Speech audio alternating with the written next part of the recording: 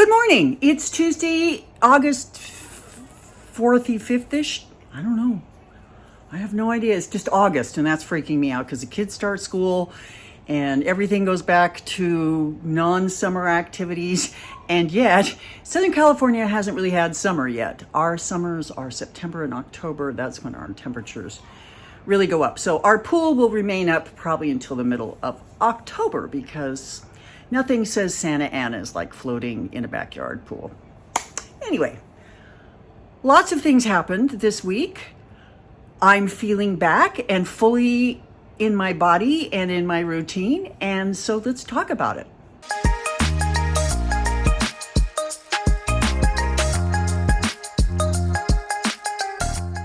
Well, the Old Lady Podcast is back and it's hosted by me, an old lady. I realize that it's my half birthday this month. I'll be 69 and a half, which is kind of mind-blowing. I've outlived my mother and my sister. I have not outlived my grandparents, though, because they were longish, and my dad lived to be 89. So we're around for a while. There are going to be many episodes of the Old Lady Getting Older podcast. Maybe that's what I should have called it. Oh, well. So this week, let me tell you about the greatest thing that happened. So let's go back 3 or 4 weeks. Julia and I are on the train from Paris to Brussels, the Eurorail, and she's scrolling through her phone and she says, "Oh, look, Mom, they're doing Jesus Christ Superstar at the Hollywood Bowl." I almost said Super Bowl, but kind of the same thing, right? "Do you want to get tickets?" And I said, "Let's get tickets. That sounds really fun. We haven't been to the bowl this summer, and it'll be fun to see Cynthia."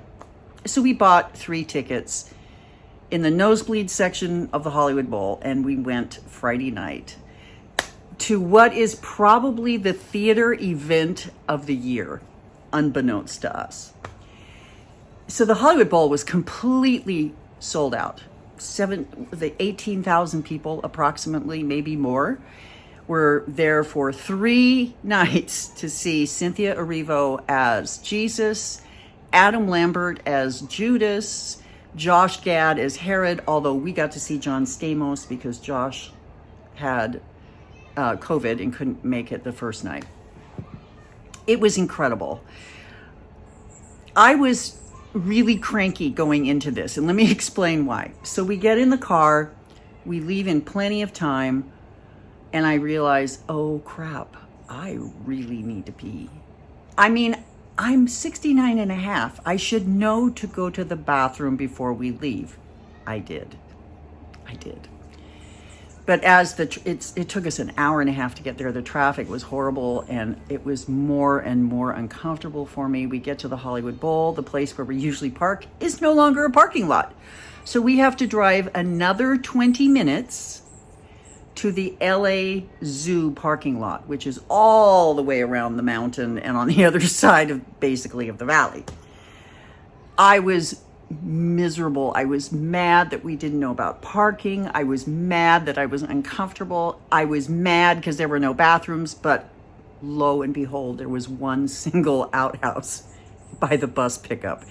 And let me tell you, I did avail myself of that. And I did feel less cranky when my bladder was empty. And we got to our seats in plenty of time, and it was great. And you know, you can go on YouTube. You can see clips from the show. You can see that Adam Lambert was born to play the role of Judas. He, as the kids say, he ate it. I am telling you, I remember when he was on American Idol because I was an American Idol watcher, and I felt he was gypped when he did not win. Well, I'm sorry, honey. He is showing you guys who is truly the American Idol. And Adam Lambert blew my mind. Unbelievable. So here we have this enormous Judas. I mean, I don't know how tall he was, but compared to Cynthia Orivo, who is about this big, he towered over her.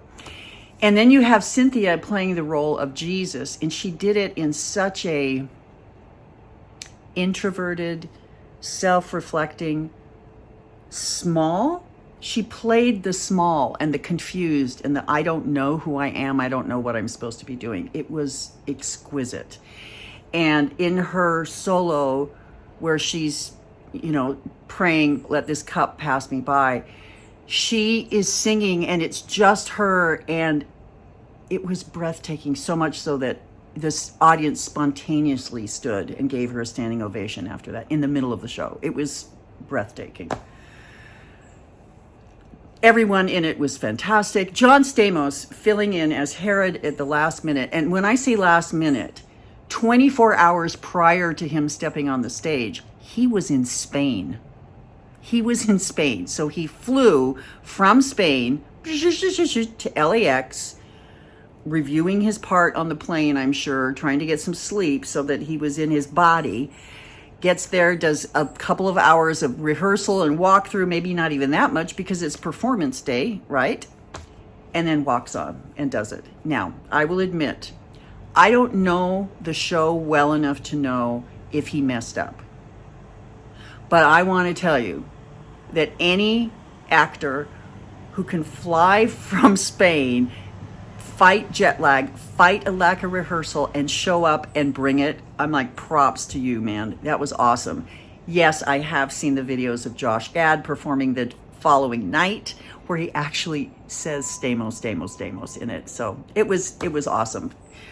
I just urge you to look at all the clips that you see because it was a mesmerizing performance. And as I was saying to Julia last night, I said, we didn't know. And I'm sitting here realizing that had we not gone, we would have experienced FOMO to such a degree that we might have just imploded. But we don't have to because we went. Anyway, that's it. So we're back reading again. Reading has been very interesting. I finished The Spy Coast this week. This is it's a first novel in a series. I don't know if the third book is in the series is out yet, but the second book is about the Martini Gang or something. All retired ex-CIA people. And this book sets up the whole situation where we have a case that a few of these people worked on that has come to light again, and they're being chased. And it was very good. I really enjoyed it. The Spy Coast by Tess Gerritson. Really a fun novel. It took me too long to read it because I started it before Europe and then I didn't listen to it in Europe. You know how that goes. But I really enjoyed it. And I went through a couple of days of going, I don't know what to read. And all of a sudden, the books came to me, which is what they do. And so I am currently reading the latest Beatriz Williams novel. She's fun. She writes fun kind of mystery, teasy family things. This is a fun book. It's called Under the Stars. And we've got two timelines going. Not entirely sure how they hook up at all because they're two really different stories. In the present day, we have an older actress, very famous actress who's trying to dry out, and her daughter is assisting with that. So we have this whole story over here. And then we have this story of a ship that sank 100 years ago in the same area. So I don't know how they tie together, but I'm really enjoying the book. The other book I am in the middle of that I am really enjoying is Park Avenue by Renee Adish. I don't know how you say her last name. You'll see it up here.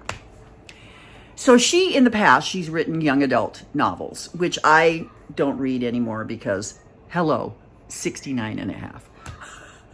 If it's a really good one, I'll read it, but it's not a genre that I usually write. So this is her first adult novel, and it's very fun. It's about a Korean woman who is an attorney, and she works for a big law firm in New York. She's just made junior partner, and she's asked to lead a case involving the very wealthy Park family, which is a Korean family with a skincare mogul, etc. Things ensue. There's inheritance issues. There's arguing siblings. It's really fun. I am very much enjoying this book, and I don't know how it's going to pace out at all. I'm about halfway through, but it's a book I'm really enjoying reading. And then yesterday, I found two new books that I want to read, and one of them is called The Art of a Lie by Laura Shepard Robinson. This is a book that was released last month, I believe, and it's a historical fiction mystery. So there's a murder. It takes place 18th century England. right up my alley, and it's got great reviews. It's like on Goodreads right now, it's got a 4.34 stars. So that says a lot for it, right? Anyway, there's that one. I'm going to start that when I'm done with these. And then, of course, Adriana Trigiani, however you say her very Italian name. She writes really fun books. I really like her. She's got a new one. It's called The View from Lake Como. Italy, summer, beaches, romance, people. I love it. Can't wait. So those are the two that are in the batter's box, as it were. And just there's some fun ones coming up. So my reading has picked up. We're back in the swing of things. Whew. It feels normal again. And we're knitting again, and we're in that part of the year where I'm probably not going to show you a whole lot of what I'm doing because we're getting into the Christmas sock season. And if I show you the Christmas socks, then everyone who will be receiving the Christmas socks will know what they are. So I will talk about them in vague terms, but I did want to show you a pair of socks I am knitting for my sister in Hawaii. I don't know if I showed these to you. I'm almost done with the second sock. I'm on the toe. So these were 2 skeins of yarn that I used to knit my daughter's socks last year. The main body of her sock was this speckled white, and then I used the blue in the pattern. So I have lots and lots and lots of this blue, but the thing that's wonderful, it's 10% cashmere. And let me tell you, this is soft. It's wonderful to knit with. This is, I forget what the name of this, cashmere in color or something. I don't remember the name of this yarn, but it is just yummy, yummy. And so these will be finished. And then another surprise is going in the same box because it's Wicked Stepmother's 87th birthday on the 15th. So she's getting herself a little handmade goodie, but she watches this, so I can't show you. I'll show you after I send them to her. I'll take a picture of it. What else is going on? So this week, my granddaughter is in town. Liliana is here. Liliana is 11 and a half, going on 24 or 7, depending on the moment. That's what's so beautiful about her. She is fully pubed and looking like a young woman. I mean, to look at her, she looks 16. She's tall, she's sweet, she's kind, she's just adorable.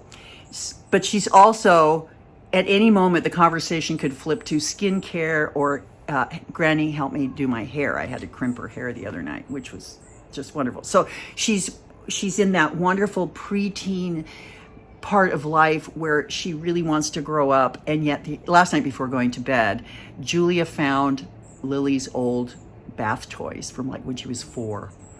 And so she brought it out, and son of a gun, if that 11 and a half year old did not play with those toys and draw on the tub with her crayons and stuff. I love that combination of pure innocence. I mean, she's so innocent and pure, and she doesn't get on the socials. She doesn't know all the things that are going on, which I love, right? That's the way it should be. And yet she knows enough that she's, interested in skincare and doing her hair and her outfits. She'll FaceTime me from Vegas with a fit check, and I'm always like, and she's darling. She's got a very cool style. Like, her idea of a cool outfit is a band t-shirt, like Led Zeppelin, or can't even think of a band, and then her jeans, and she's just a very cool kid. Anyway, she's here this week because she is doing the pop star camp at my sister's drama school, Youth Academy of Dramatic Arts, sometimes called YADA. And she's in this class with 23 other girls aged 9 to 14, I think. And they're preparing all week for a performance on Saturday morning. And we're really looking forward to that. My daughter, her mom, is going to drive down from Vegas, and we're going to all be together this weekend as a family. And so that will be awesome. But I don't spend as much time with Lily as I did when she was younger because she's busy. I mean, she's in school, she's into sports, her family is very active, and she lives with her dad and her stepmom and her 4 brothers. It is quite the sausage fest over at her house. And then she spends time with her mom, my daughter, several times a week. So it's kind of a back and forth situation in those households. And then she comes and spends time with us here. And so this week has been so great. She's reconnecting with all of us in a very deep way. And she's really fun. It's a wonderful thing to see your grandchildren grow up to be good humans. And Lily is a gatherer. She is one who will go into a crowd of people and make sure that those who are forgotten or not as or quiet or left alone are gathered in. And this is what she does in any organization she's with. She did it with her softball team. She's done it at school, and she's doing it this week at Yada. So we're very, very proud of her. Anyway, so that's what's coming up this week. It's really cool. I'm home alone most of the days because Sam is driving way up to the Fairfax district to take her to class, and that's an hour to an hour and a half drive each way. I'm so grateful I'm not doing it. Thank you, Sam, for doing this. And so it's a quiet week here. I'm finishing my knitting. I got to get this other project done so I can get it in the mail to Hawaii. And yeah, I've got dinner all planned for the week. I'm feeling on top of things. I'm feeling really good. Oh, and I'm still walking. I know, right? So yeah, life is good. I hope each of you is doing well. I hope that your lives are smooth and gentle right now, that there's no upheaval of any kind. May you have health, may you have peace, may you feel safe in your home and in your world. And may we all come together and just be a whole lot kinder to everyone else. When cruelty is the cause of the day, let's be rebels and be kind. Talk to you next week.